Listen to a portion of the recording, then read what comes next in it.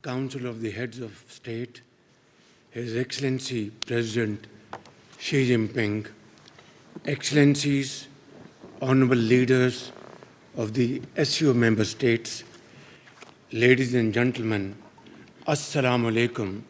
It is my great pleasure to be in Tianjin, a wonderful city that represents China's core values as a connector and bridge of cultures and civilizations. We gather here in Tianjin to reaffirm these values as manifested by our host nation, the People's Republic of China. I extend my heartfelt gratitude to President Xi Jinping and the government of the People's Republic of China for the warm hospitality and the excellent arrangements for this gathering. It also gives me great pleasure to offer my felicitations and warm wishes to brotherly country Uzbekistan and Kyrgyzstan as they celebrate their National Day. Mr. Chairman, for us, the SCO is a platform that best represents Pakistan's abiding commitment to regional cooperation and integration.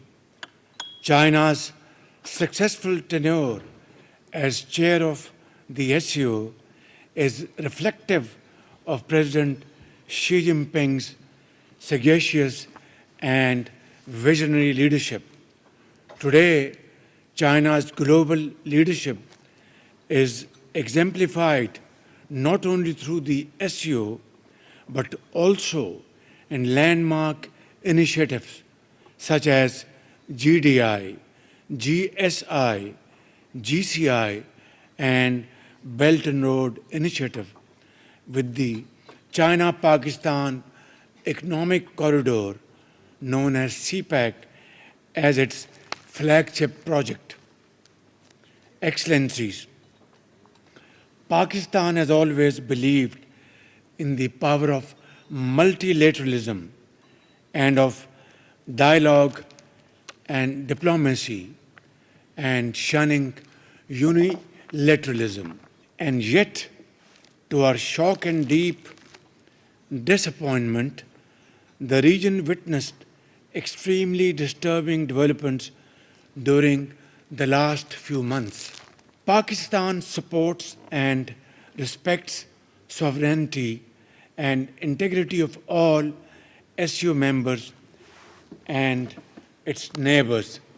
We respect all international and bilateral treaties and expect similar principle to be followed by all SCO members.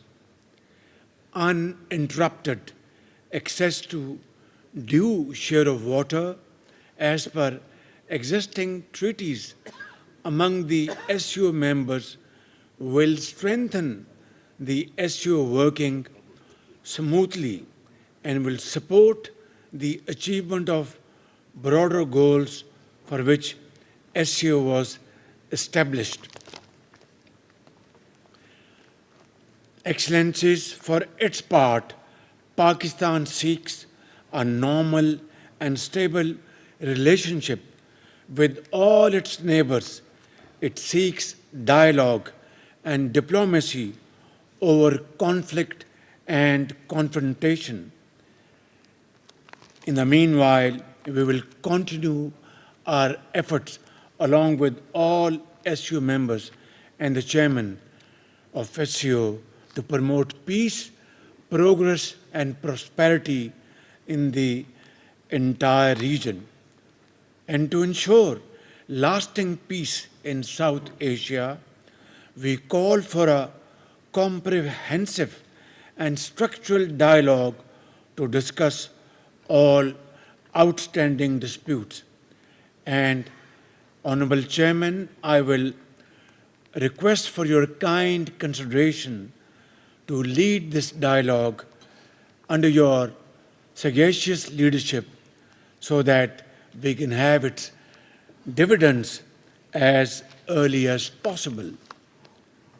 Ladies and gentlemen, Pakistan has always abided by the UN and SCO charters and will always respect the principles that will hold dear to all of us for our collective good.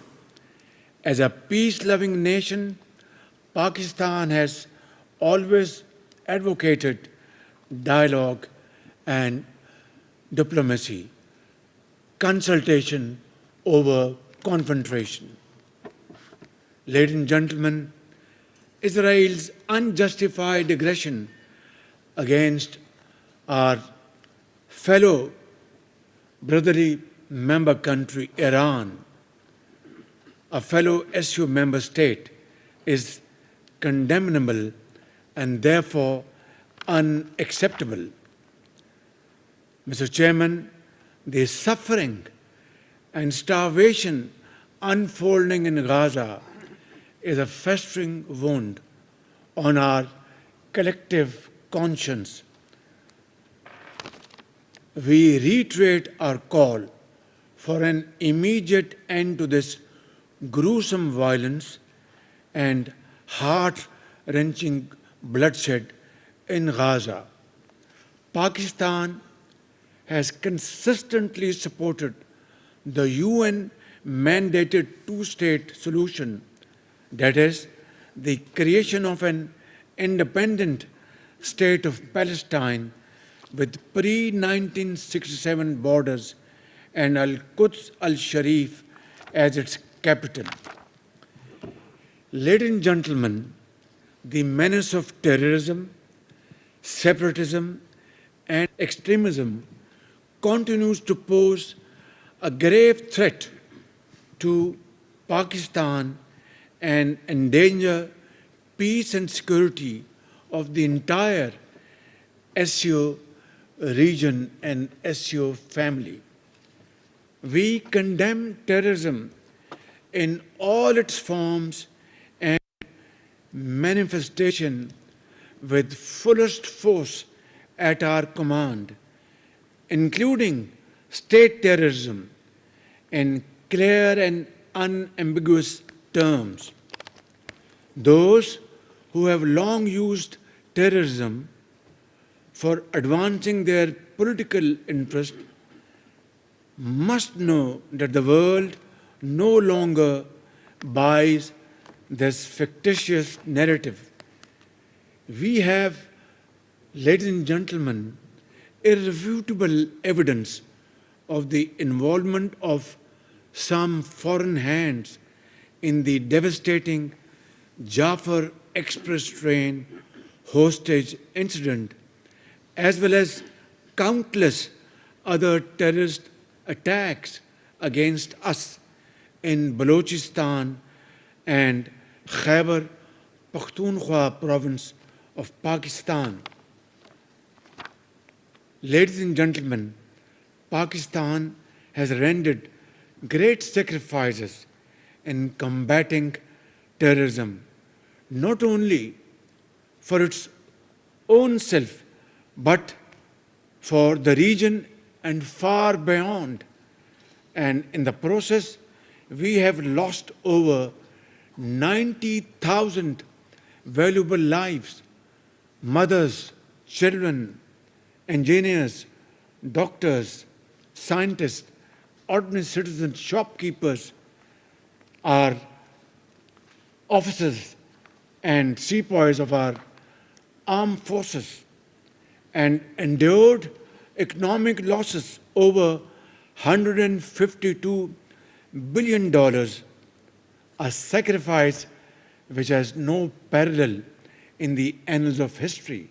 And there cannot be a bigger manifestation of our unwavering commitment to defeat terrorism with the cooperation of all SCO members and the global powers around the globe. Ladies and gentlemen, Pakistan has always believed that a peaceful and stable Afghanistan, a brotherly country, is not only in our own interest, but that of the entire region.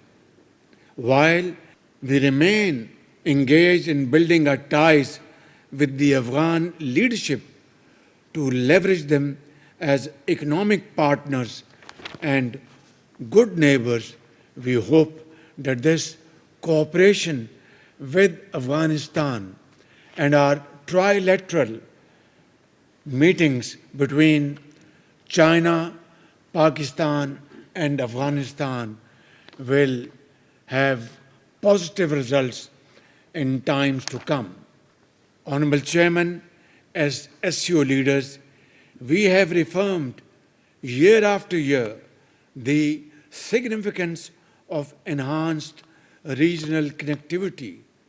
This requires efficient land, air, and rail transport corridors to ensure reliability of supply chains.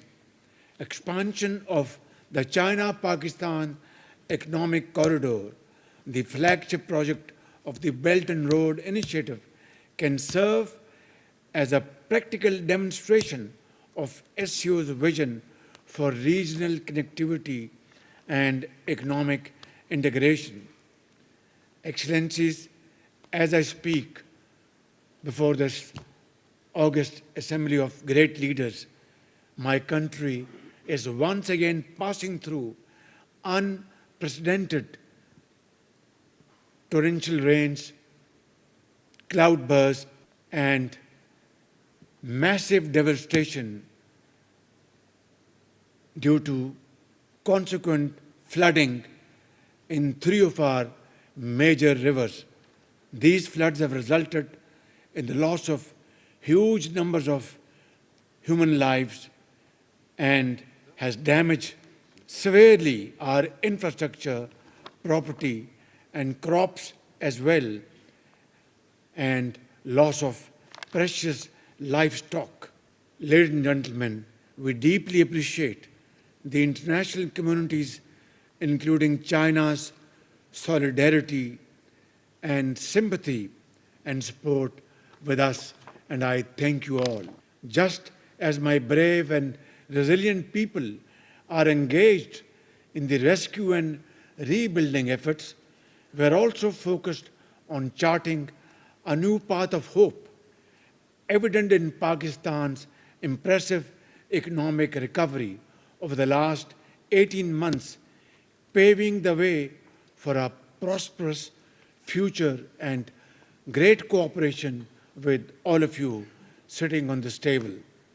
Our economic transformation plan is founded on 3 pillars: to expand our trade through export-led growth; 2, to explore new avenues for foreign investment in infrastructure, agriculture, AI, IT, mines and minerals, and energy, and to encourage innovation and research and development; and thirdly, to enhance revenue generation through comprehensive tax reform in Pakistan under my watch like never before. Ladies and gentlemen, we are empowering our youth because youth is our challenge, and in Chinese adage parlance, a challenge always carries with it